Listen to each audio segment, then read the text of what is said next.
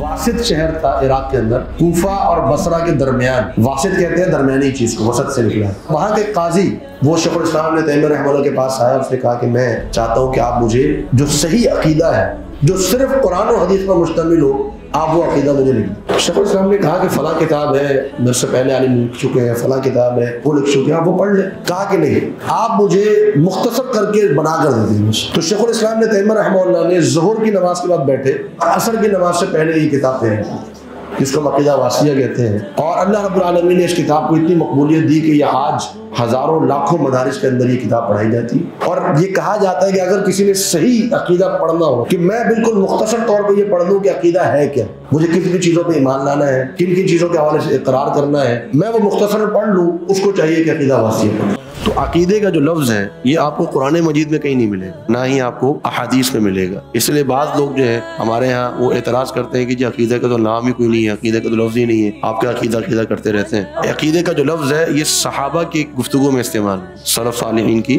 گفتگو میں استعمال ہوا۔ اللہ رب العالمین نے عقیدے کے جو موازی لفظ استعمال فرمایا وہ فرمایا کیا؟ الذین آمنوا، ٹھیک ہے نا، جو ایمان لائے۔ تو ایمان کو اللہ تعالیٰ نے عقیدے سے تعبیر فرمایا، اس کو ہم ایمان مجمل بھی کہہ دیتے ہیں۔ 6 چیزیں جن پر ایمان لانا ضروری ہے: اللہ پر ایمان، فرشتوں پر ایمان، کتابوں پر ایمان، رسولوں پر، آخرت پر اور تقدیر پر ایمان لانا۔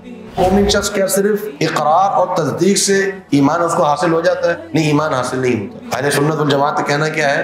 ایمان کے اندر جو ہے وہ عمل داخل۔ اس کی دلیل کیا ہے؟ جیسے آپ صلی اللہ علیہ وسلم کو فرمان ہے کہ ایمان جو ہے اس کے 60 سے یا بعض احادیث میں آتا ہے کہ 70 سے زائد شعبے، اور فرمایا کہ ایمان کا سب سے بلند درجہ ہے لا الہ الا اللہ، اور ایمان کا سب سے نچلا درجہ کیا ہے؟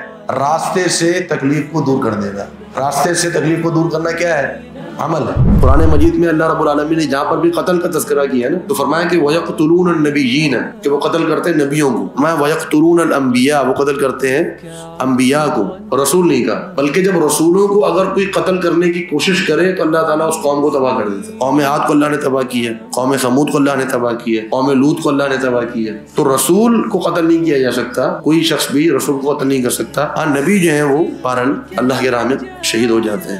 جنہوں نے صفات کے معنی کا انکار کیا ہے، وہ صفات کے معنی کو ماننے والوں کو کہتے ہیں کہ تم تو جسم ثابت کر رہے ہو اللہ تعالیٰ۔ اگر ہم کہیں جسم اللہ، تو جسم کے 2 معنی، ایک ہے جسم سے مراد اللہ کا چہرہ ہونا، اللہ کا ہاتھ ہونا، اللہ کے پاؤں ہونا، اللہ کی پنڈلی ہونا، تو یہ جسم تو قرآن میں موجود ہے، اس کا تو انکار نہیں کر سکتے۔ ایک جسم کا معنی یہ ہے کہ اللہ رب العالمین کا جسم ہے جیسے مخلوق کا جسم ہے، وہ تو ہم ثابت نہیں کرتے۔